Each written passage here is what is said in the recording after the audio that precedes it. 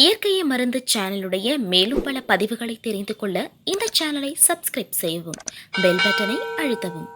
மேலும் மருத்துவரின் ஆலோசனை பெற இந்த வீடியோவில் உள்ள எண்ணிற்கு தொடர்பு கொள்ளவும்.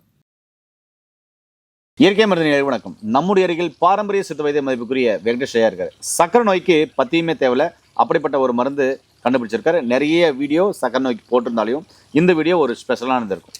குறிப்பிட்ட அளவு எண்ணிக்கையில் இருக்கும்போது சக்கரை நோய்க்கு கம்பல்சரி பத்தியம் தேவையில்லை.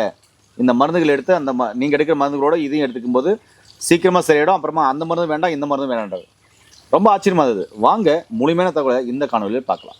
ஐயா வணக்கம். ஐயா வணக்கம். ஐயா, சக்கரை நோய்க்கு நீங்கள் நிறைய வீடியோக்கள் போட்டிருந்தாலே அந்த T1 T2 சக்கரை நோய்க்கான வீடியோ போட்டிருந்தீங்க. மிக சிறப்பாக இருந்தது. அது கொடுத்தவங்களுக்கு எல்லாமே ரிசல்ட் நல்லா இருக்குது.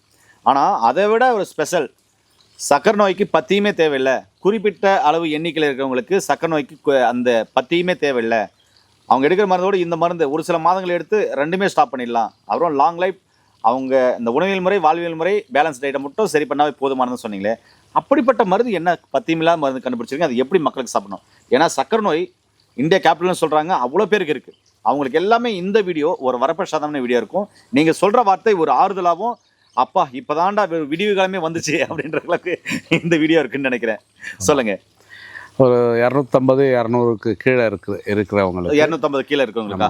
அது கீழே இருக்கிறவங்களுக்கு பார்த்தீங்கன்னா அவங்க ஆல்ரெடி முன்னாடி எடுத்துக்கிட்டு இருக்கிற மருந்துகளோட அது அல்லது அதை ஒரு நாள் விட்டு ஒரு நாள் எடுத்துக்கிட்டு நம்ம மருந்தை எடுத்துக்கிட்டு வந்தாங்கன்னு சொன்னால் ஒரு 2-3 மாதத்துலேயே நார்மலுக்கு வந்துடும். அதை குறைச்சிக்கிட்டே வந்துட்டு அதுக்கப்புறம் பார்த்தீங்கன்னா இதே வந்து ஒரு வாரம் 10 நாள் கேப் விட்டுட்டு நார்மலில் இருந்தால் அதோட ஸ்டாப் பண்ணிக்கலாம்.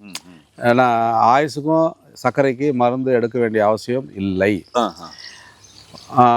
நம்ம அடிக்கடி சொல்கிற மாதிரி உணவியல் முறை வாழ்வியல் முறையை சரி பண்ணிக்கணும், ரெகுலேட் பண்ணிக்கணும். ரெகுலேட் பண்ணிவிட்டு இதை எடுத்துக்க ஆரம்பித்தாங்கன்னா நார்மலுக்கு வந்துடும். இந்த முறைக்கு பத்தியம் தேவையில்லை. ஏன்னா பிலோ 250 போது இதுவே போதும். பத்தியம் இல்லாமையே அவங்களால இதை சாப்பிட முடியும், அந்த நார்மல் கொண்டு வர முடியும். அந்த நார்மல் வேல்யூ கொண்டு வந்துட்டு அதுக்கப்புறம் இதை விட்டுடலாம். ஒரு 3 மாதம் வரைக்கும் டைம் எடுக்கும் அதிகபட்சம், 3 மாதம். அதுக்கப்புறம் அந்த மருந்தையும் விட்டுடலாம், நம்ம இந்த மருந்தையும் நிப்பாட்டிடலாம். காலத்துக்கும் சாப்பிடணுங்கிற அவசியமே இல்லை. பசி எடுக்கும்போது சாப்பிடலாம், தாகம் எடுக்கும்போது தண்ணி குடிக்கலாம். இது மாதிரி கடைபிடிச்சா போதுன்றீங்க. ஏன்னா நண்பர்களே, சக்கரை நோய்க்காக கண்டுபிடிக்கப்பட்ட இந்த மருந்து பத்தியம் தேவையில்லை. 250 உள்ள பாயிண்ட் இருக்கிறவங்களுக்கு நிச்சயமாகவே பத்தியமே தேவையில்லைன்றார். நீங்கள் எடுக்கிற மருந்து மாத்திரைகளோட இந்த மருந்து சேர்த்து எடுத்துக்கிட்டு அது ஒரு நாள் விட்டு ஒரு நாள் எடுத்து தொடர்ந்து எடுத்துகிட்டு அதை ஸ்கிப் பண்ணுங்கள். அப்புறமா இது தொடர்ந்து எடுத்து இதை ஸ்கிப் பண்ணிவிடுங்க. அதுக்கப்புறம் உங்களுக்கு HbA1c நார்மலாக இருக்கும். நீங்கள் சாப்பிட்றதுக்கு முன்னாடி சாப்பிட்ட பின்னாடி இருக்கிற டெஸ்ட் நார்மலாக இருக்கும். உங்கள் உடல் ஆரோக்கியமாக இருக்கும். சக்கரை நோயால் ஏற்பட்ட பாதிப்புகள் சரியாயிடும். நீங்கள் ஆரோக்கியமாக இருப்பீங்க.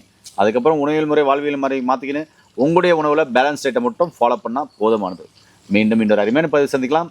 இப்படி பிரச்சனை உள்ளவங்க, சக்கரை நோய் உள்ளவங்க எல்லாருக்குமே இந்த வீடியோ ஷேர் பண்ணுங்கள். கேட்குவீங்க எல்லாருக்குமே இருக்குல்ல, குடும்பத்தில் ஒருத்தருக்காக இருக்குது, அப்போ எல்லாருக்குமே ஷேர் பண்ணுங்கள். இந்த வீடியோ அவங்க எல்லாருக்குமே பயனுள்ளதாக இருக்கும். மீண்டும் இன்னொரு அருமையான தகவலோடு உங்கள் அன்பு சோனாரிதாஸ். நன்றி. வணக்கம் ஐயா. வணக்கம் ஐயா.